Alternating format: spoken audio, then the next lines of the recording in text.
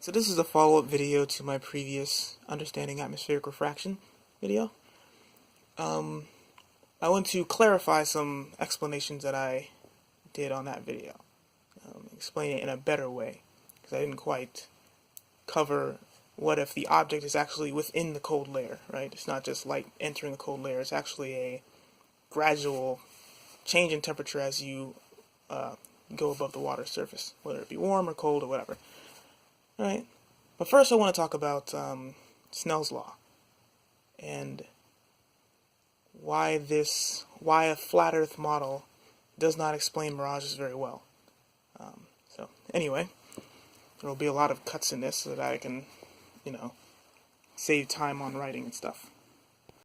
Okay, so here we have Snell's law, which basically says that first let me define what n means. So n is c, where c is the speed of light, and v is the speed of light in the material. So n, or the refractive index, is defined as the ratio between the speed of light and the speed of light in the material. Since the speed of light is always going to be the fastest, that's why n is always a number greater than 1. Alright, and Snell's law basically says that you can take the refractive index in one medium, and if you know the refractive index in another medium, you can have this relationship between the two angles, right? So if N2 is larger, that is a denser medium than N1, then this ray will always bend inward. It could bend outwards if N2 is smaller, but obviously we're considering the case where N2 is larger. And if we rearrange the equation, we get N1 over N2 times sine theta 1 equals the sine of theta 2. And then if we rearrange it again, then we see that theta 2 is equal to the inverse sine of N1 over N2 times sine theta 1, right? So, I actually already calculated this on my calculator some time ago. I decided, well, let's say our initial angle here is 89 degrees, which is a reasonable number for if you had a building, with the light ray coming down slightly and hitting some cold layer of, matter of fact, let me draw that. And yes, I know my drawing skills suck, but yeah. So we have a building and a cold layer of air. Actually, let me redo that. Just want to make sure that the ray actually is in the way of the line of sight. Okay, so on a flat Earth, we can have a ray of light coming from this building, let's say from here, that would be directed towards the viewer. And just like in water, it's going to be at a really shallow angle, obviously, because this is presumably from, 30 miles away or something like that. It's going to bend down into his eye. That was a terrible drawing, but it comes out, and then it bends down into his eye, causing atmospheric looming or superior mirage or whatever. But is this reasonable?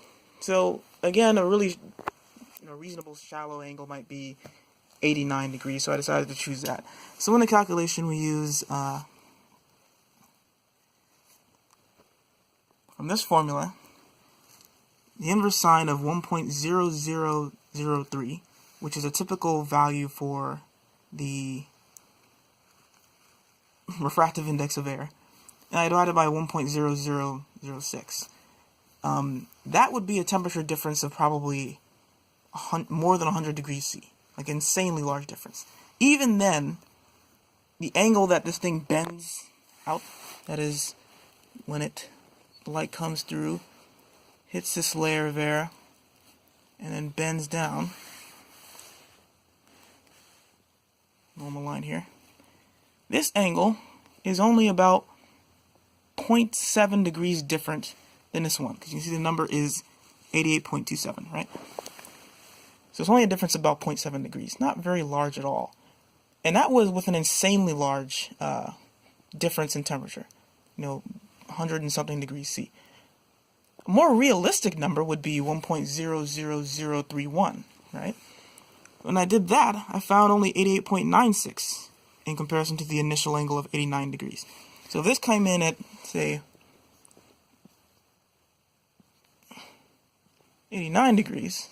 And the angle that it comes out at is only 88.96, 0.04 degrees.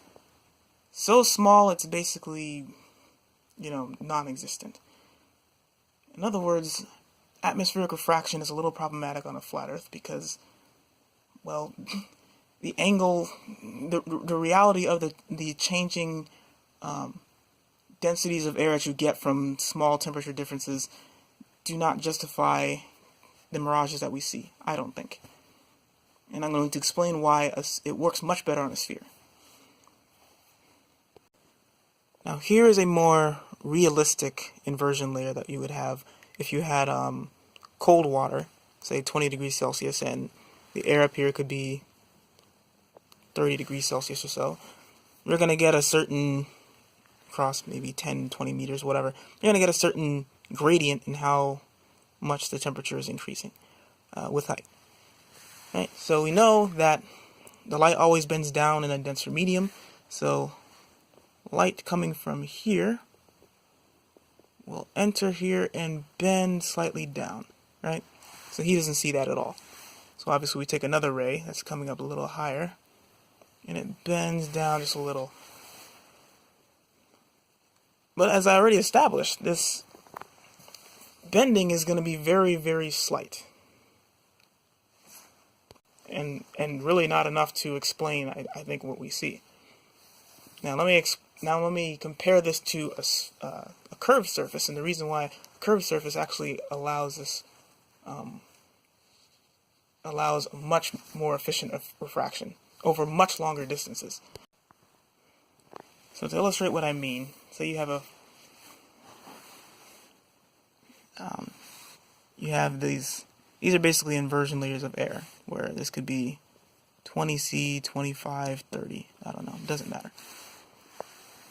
So imagine you have a light ray coming in at a really shallow angle like this, right? It's going to bend, because this medium up here is lighter, it's going to bend down this way, right?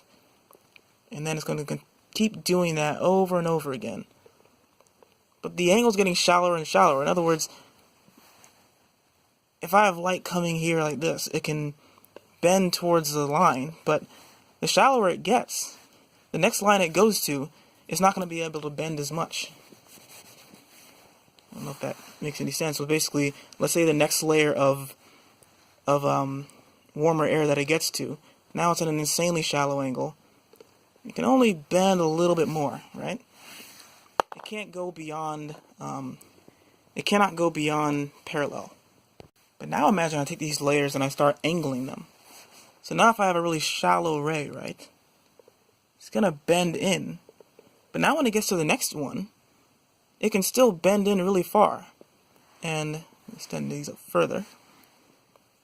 And then it can bend in closer to this ray, and then each time these inversion layers keep angling out this way, it allows the ray to bend over and over and over again. And presumably, if I keep doing this, it can keep bending over and over again and go in an entire circle.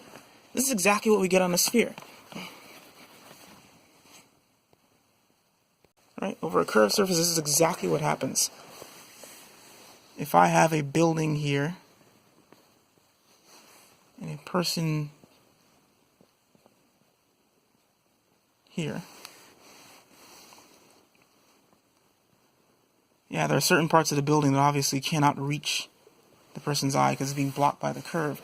But, just as I was saying, if I take a ray out here that comes out at this shallow angle, watch, it bends. And then when it gets to the next one, because of the curve is literally, it's the same vertical inversion layers of temperature difference, where this will be 20C over the cold water, 25, 30, whatever. And each time it goes to a warmer layer above it, it will bend inward.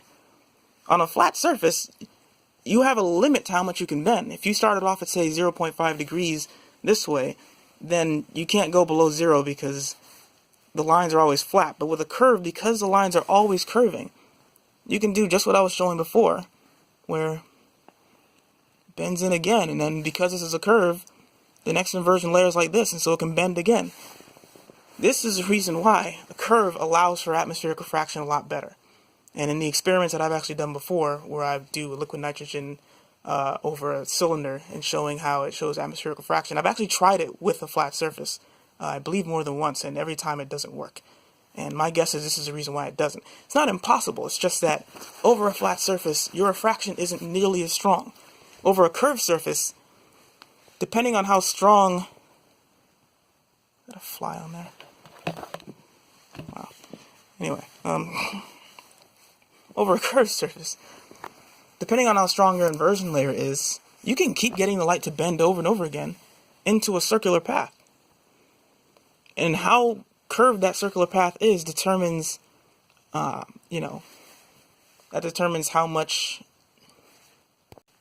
the apparent curvature will produce, right? So now I have a ray coming from here. It can simply bend in a curved path towards him, right? Now I will actually post some links in the description of what temperature inversion rate actually gives you perfect, causes a light ray to actually follow the Earth curve perfectly. This is actually possible. You may think it's not possible because... You may not think it's possible because you think, say the light starts off here, right? How is it going to follow the curve when it's never actually rising into a different temperature? Well, that's because light isn't really a ray. Huygens principle, it's basic physics. It's really a wave, right? And the wave is still moving in different... It's just like if you had waves on water. It's not just straight lines. It behaves like straight lines, but nevertheless, it's really a wave, and so it can actually still follow the curve of the Earth with the temperature inversion. Now, when I looked it up, I believe the temperature inversion that gives you light that follows the curvature of the Earth, it's 0.1 C per meter, I believe. So that is, if you had really cold water, all you would need is that within your first 10 meters above the water, you just need a temperature difference of 1.1 degrees C. And that is enough to cause the light to actually bend all the way around the curve. By the way, even if there is no temperature inversion, we all know that the higher you go up, the lower the pressure is. And just from that actually allows light to curve a slight amount. That's what you call standard refraction. So normally it's 8 inches per mile squared. But with standard refraction, it's actually 7. If the water is cold, it will become 6, 5, 4, 3, or if it's 0.1 C per meter, it will actually drop to 0, believe it or not. And if it's greater than that, it might even be less. You might actually have the light bend more than the curve of the Earth. So for anyone that doesn't understand how how curvature actually allows for atmospheric refraction, this is how it works. Okay? It actually works a lot better than a flat surface. So you come to your own conclusions.